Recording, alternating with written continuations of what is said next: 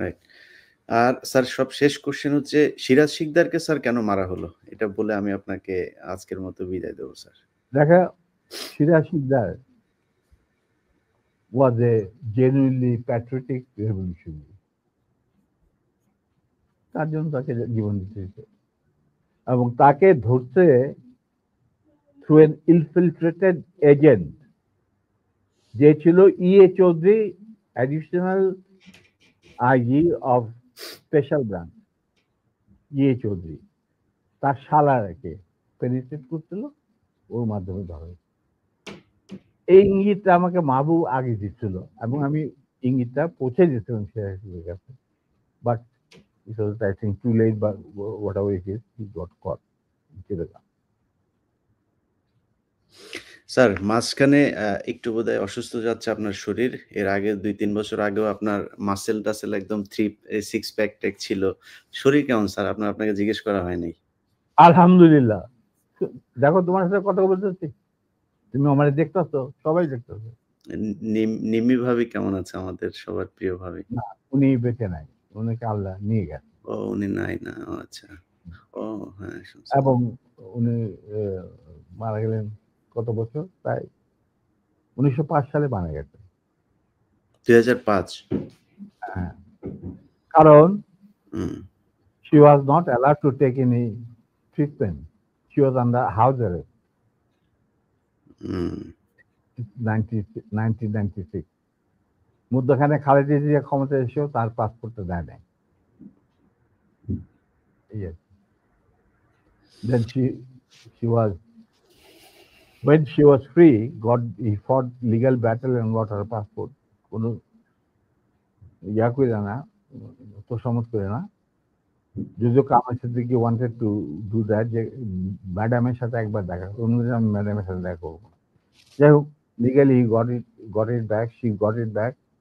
তখন it was the 4th stage of cancer.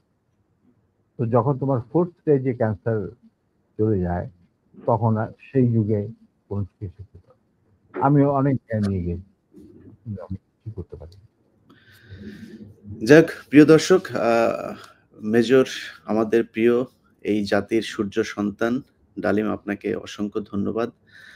আমরা 50 বছর পরে হলেও অন্তত আপনার কথা শুনতে পেরেছি, এটা আমাদের জন্য অনেক বড় পাওয়া। আজকে আমার চ্যানেলে আমি সবশেষ দেখেছি 8 লাখ মানুষ একসাথে দেখছিলেন। আমার মনে হয় এই রেকর্ড বাংলাদেশের ইতিহাসে আর কখনোই হবে কিনা জানি না। শুধু ভিডিও দেখা না, বাংলাদেশের মানুষের কাছে আমার অনুরোধ থাকবে, উনি মাঝে একটু কথা বলেছেন যে শেখ মুজিব ওনার স্ত্রীর সাথে গাজী গোলাম মোস্তফা, যিনি কিনা শেখ মুজিবের এই লুটপাটের সহযোগী, ঢাকা জেলা আওয়ামী লীগের সভাপতি ছিলেন এবং রেড ক্রসের প্রেসিডেন্ট বানিয়েছিলেন, একজন খুব সৎ বিচারপতিকে সরিয়ে দিয়ে তাকে বসিয়েছিলেন এই চেয়ারে। তো এই শেখ মুজিবের মুখের কথা এবং কাজের মধ্যে কতটা তফাৎ, সেটা ওনার একটা বক্তব্যে শুনলেন। ওনার স্ত্রীকে তুলে নিয়ে গেলেন, আবার ওনাকেই চাকরিচ্যুত করেছিলেন। তো আমরা এই জিনিসগুলো ভুলে যাই। শেখ হাসিনা গত 15 বছরে সেই বিডিআর হত্যাকাণ্ড থেকে শুরু করে, আমি কালকে বিডিআর হত্যাকাণ্ডের সেই ফুটেজগুলো দেখছিলাম। হেফাজতের হত্যাকাণ্ড, বিভিন্ন মানুষকে ধরে নিয়ে যেয়ে হত্যা করা, মানুষকে ক্যান্টনমেন্টের ভেতরে পাকিস্তান সেনাবাহিনীও তো বাংলাদেশের সেনাবাহিনীর যাদেরকে আটক করেছিল এইভাবে আয়নাঘরের মধ্যে রাখে নাই। তো এগুলো আমরা ভুলে যাই বলে আবার মাঝে মধ্যে এ ধরনের স্বৈরাচার আমাদের ঘাড়ে চেপে বসে। আমার মনে হয় আমাদের এই দাবিটা তুলে আনা উচিত যে আমরা মেজর ডালিম বীর উত্তম তাকে আমরা ফেরত চাই এবং বাংলাদেশ সরকারের কাছে আমার অনুরোধ থাকবে, বিশেষ করে বিএনপির কাছে আমার অনুরোধ থাকবে যে মেজর ডালিমের কাছে আমি অনেকদিন ধরেই এই অভিযোগটা শুনছিলাম যে মেজর জিয়াউর রহমান সাহেব ওনাদের প্রতি সুবিচার করেন নাই।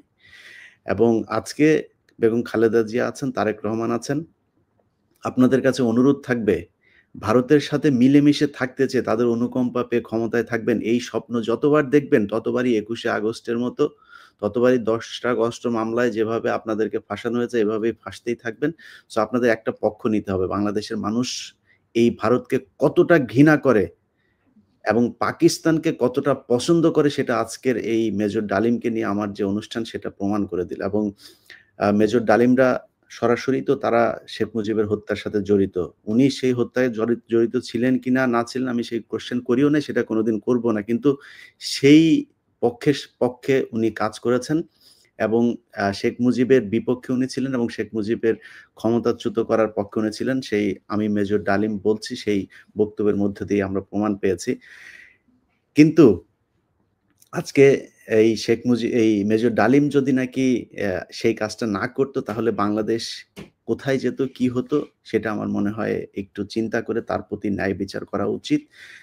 এবং সেই সম্মানটা যদি শেষ বয়সে জনাব মেজর ডালিমকে আমরা যতটা আ ইয়াং ম্যান হিসাবে দেখছি, উনার বয়স ৮০ র উপরে। আপনার ৮৫ তাই না স্যার? না ৭৫। ৭৫। যাই হোক ৭৫ বছর বয়স। তো ৭৫ বছর বয়স অনেক বয়স। উনি দেখতে অনেক ইয়াং, যদিও খুবই নিজের শরীরের প্রতি উনি খুব যত্নবান। এখনো জিম করেন নিয়মিত। তো আমার মনে হয় যে এই মানুষটার এখনো বাংলাদেশকে দেয়ার অনেক কিছু আছে।